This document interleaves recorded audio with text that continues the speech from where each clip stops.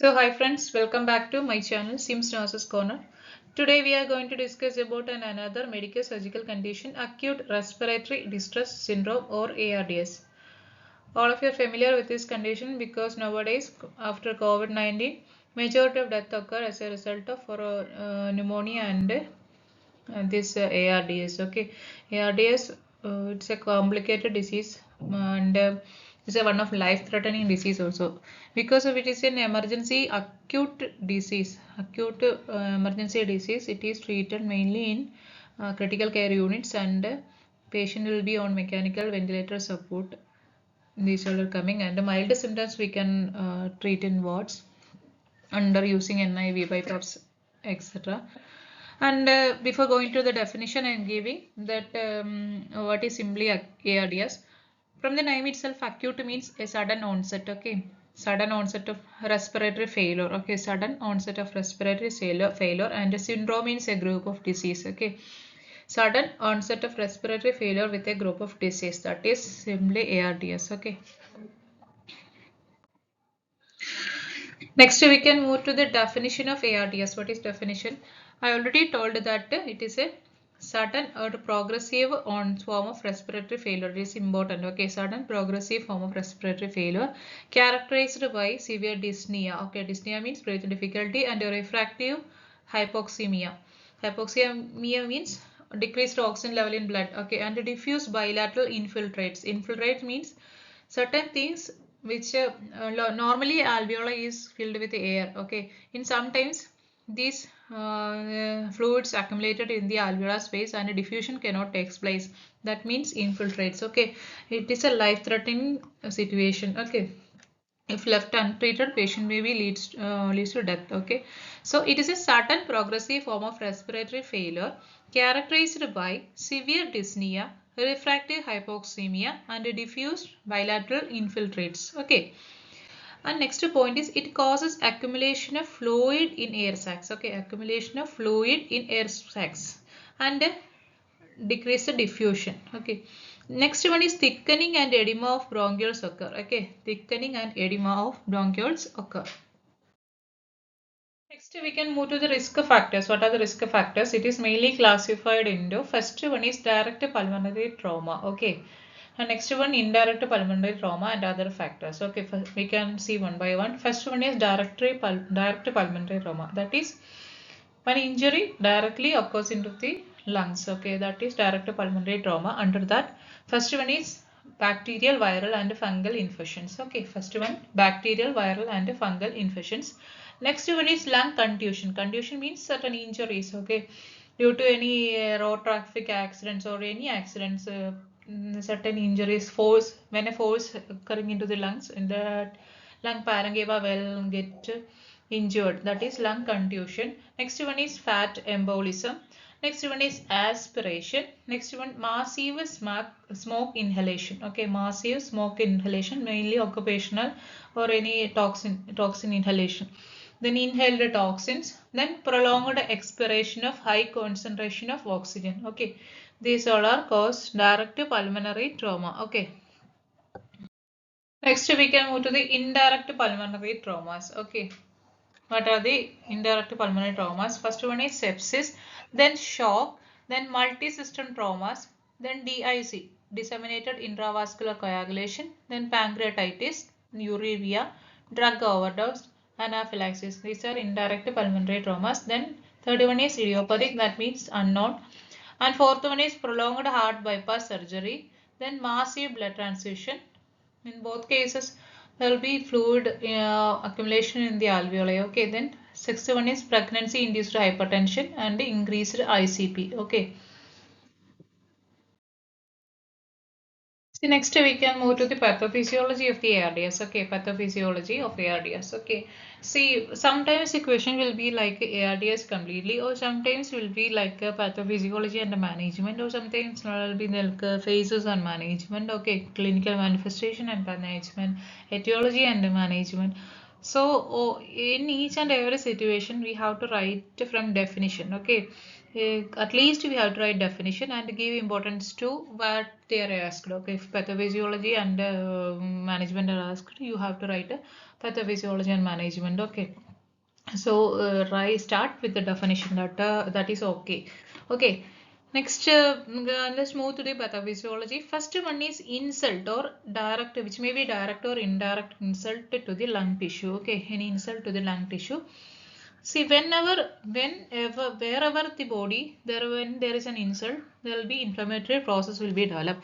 The same process in the lung tissue. When there is an insult, there will be inflammatory cells and mediators will be response. That is action of inflammatory cells and mediators such as serotonin, histamine and bradykinin. Okay, action of inflammatory cells in the lungs such as serotonin, histamine and bradykinin will act, and it will cause damage to the alveolar capillary membrane. Okay, alveolar capillary membranes will be damaged. Okay, when there is a damage, wherever there is a damage in the capillary membrane, there will be increased permeability of capillary membrane. Okay, increased permeability of capillary membrane. As a result of increased permeability, there will be oozing out of fluids. Certain fluids will be oozing out through the capillary membrane. Okay, as a result, there will be pooling of fluid. Okay, that is pooling of fluid in the alveolar spaces, so diffusion cannot take place. In the same time, surfactant is a substance which prevent the lungs from damage, okay, or collapse. Okay, during inhalation and exhalation, the surfactant is keeping the lung tissue from damage, okay, or collapse. While this fluid is filling that space, the surfactant cannot act. Okay, so lung tissue elasticity will be reduced. Okay, so pulmonary edema will develop, lung collapse will be developed, impaired gas exchange will be developed, and finally ARDS, acute respiratory distress syndrome, will develop. Okay, this is simply what pathophysiology. Okay, first one is direct or indirect insult will be there, so that there is a action of inflammatory cells and mediatory cells will be there that causes damage to alveolar capillary membranes. As a result, increased permeability of alveolar capillary membranes will be there. Okay, so at that time, the influx of protein-rich edema fluid and inflammatory cells into the air-filled space. That means infiltrates. Okay, influx of protein-rich edema fluid and inflammatory cells into the air-filled spaces. So dysfunction of surfactant and loss of lung tissue elasticity. Okay, dysfunction of surfactant and loss of lung tissue elasticity. And then pulmonary edema, it will reach to pulmonary edema and impaired gas exchange will be there, and finally reach to acute respiratory distress syndrome. Okay. Next we can see the phases of ARDS. Phases, it is important. There are mainly three phases. First one is exudative phase, proliferative phase and fibrotic stage. Sorry, exudative stage, proliferative stage and fibrotic stage. Okay, then the exudative stage is last for 0 to 3 days. That means initial stage. And proliferative stage 7 to 10 days. Okay, and fibrotic stage means rehabilitative stage, that is greater than 10 to 14 days. Okay, that is three phases of ARDS. Let's move detailedly. First one is exudative stages that last for 0 to 3 days. In this, the accumulation of excess of fluid due to the exudation of acute injury. Already told in pathophysiology, accumulation of excessive fluid takes place and it leads to hypoxemia. Okay, most severe due to injury to endothelium and epithelium. Okay, hypoxemia will develop in the exudative stage, and some in these cases this is mild stage, and some quickly recover from this stage. Okay, some people have mild symptoms and they can be treated in NIVs in the wards itself. They are recover easily. Okay, then if not recover, they will reach second stage, proliferative stage. Okay, proliferative stage, that is 7 to 10 days it will last.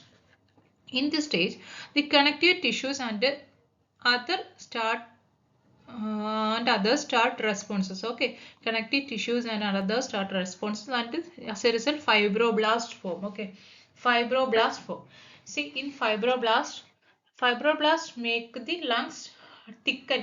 Okay, thick. Okay, so lungs, its elasticity will be reduced. Okay, so fibroblast will form in the proliferative stage. It's important to keep in mind that in stiff lung and shock lung, because of decreased elasticity and loss of surfactant, there will be stiff lung and shock lung. Okay, lung tissue parenchyma will be like hard, fibroblast form, and tissue parenchyma will be hard.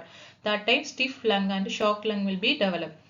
And third one is abnormally enlarged air spaces, scarring increases. Okay, scarring also increases. Next stage is fibrotic stages greater than 10 to 14 days.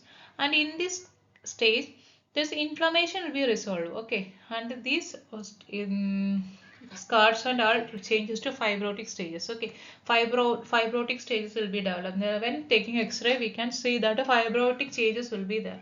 Okay, so inflammation resolved in this state, and oxygen improve, and extubation will be possible in this state. Okay, extubation will be possible in fibrotic state, and it will last for 6 to 12 months.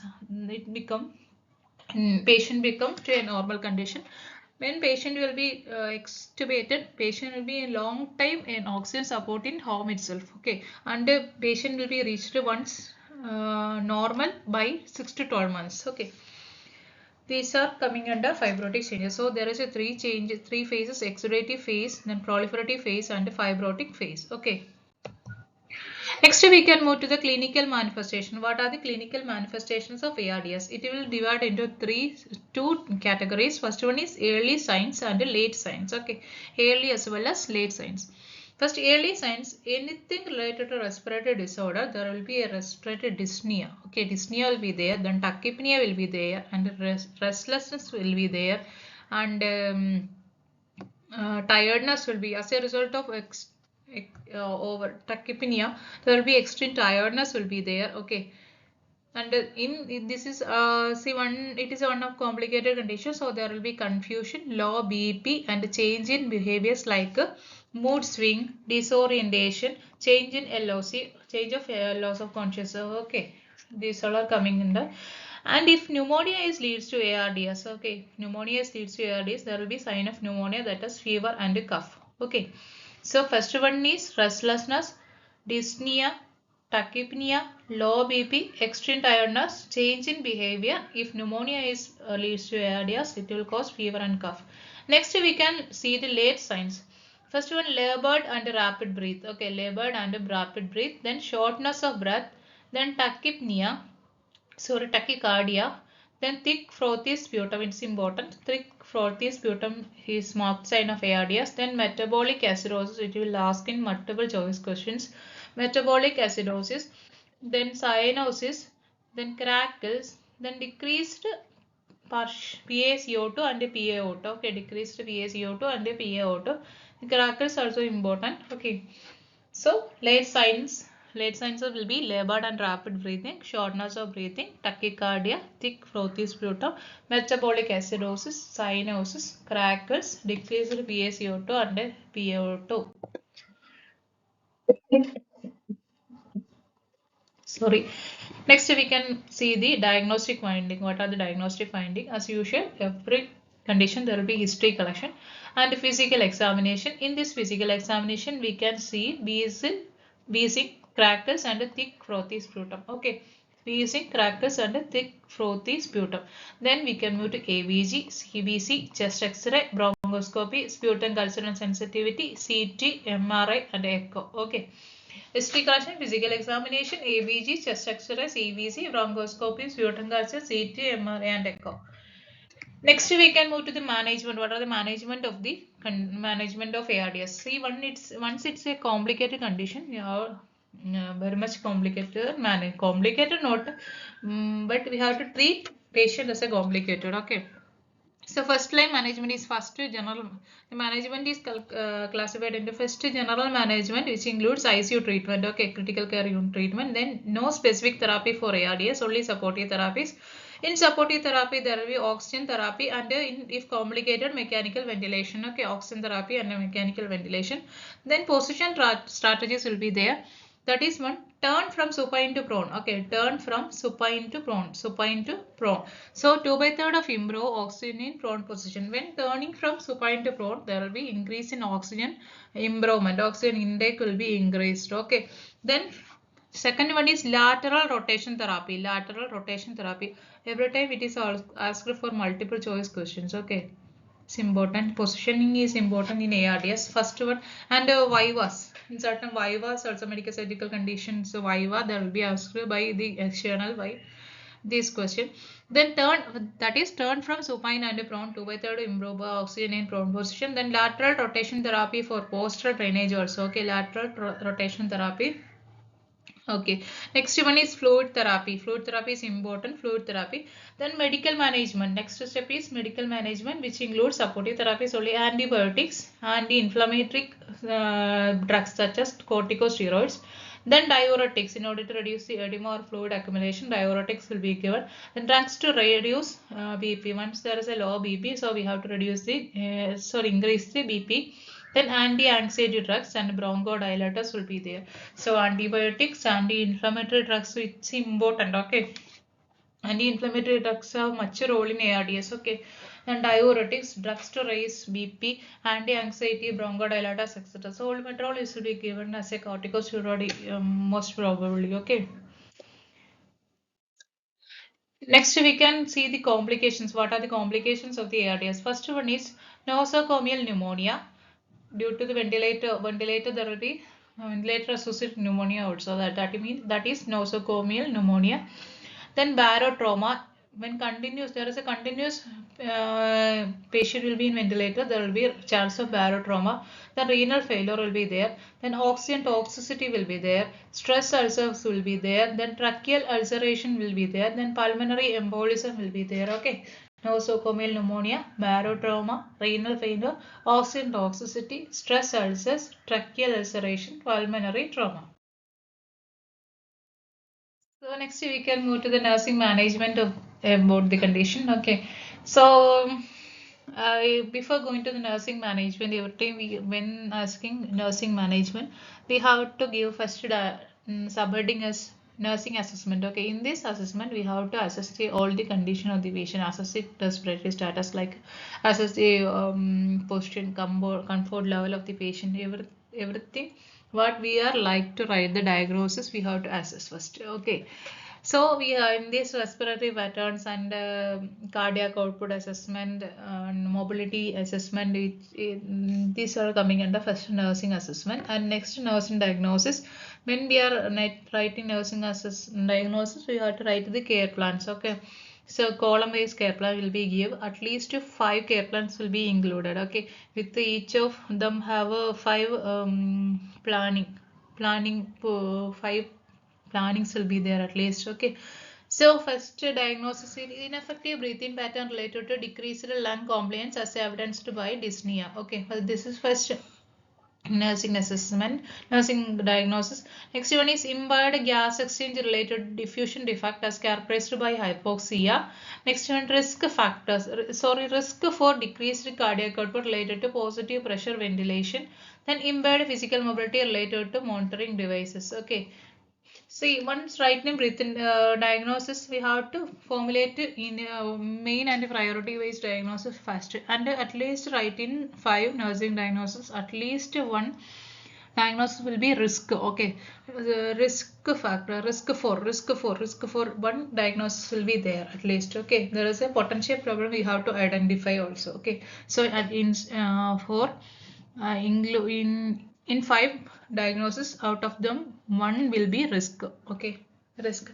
When considering if there is if it is a seizure, then considering seizure patient, for example, if diagnosis is writing, first preference is risk for aspiration. Okay, it is first preference. So we have to diagnose according to the condition, and at least 1 risk potential problem will be there. Okay. So hope all of you are understood. So thank you and watch again.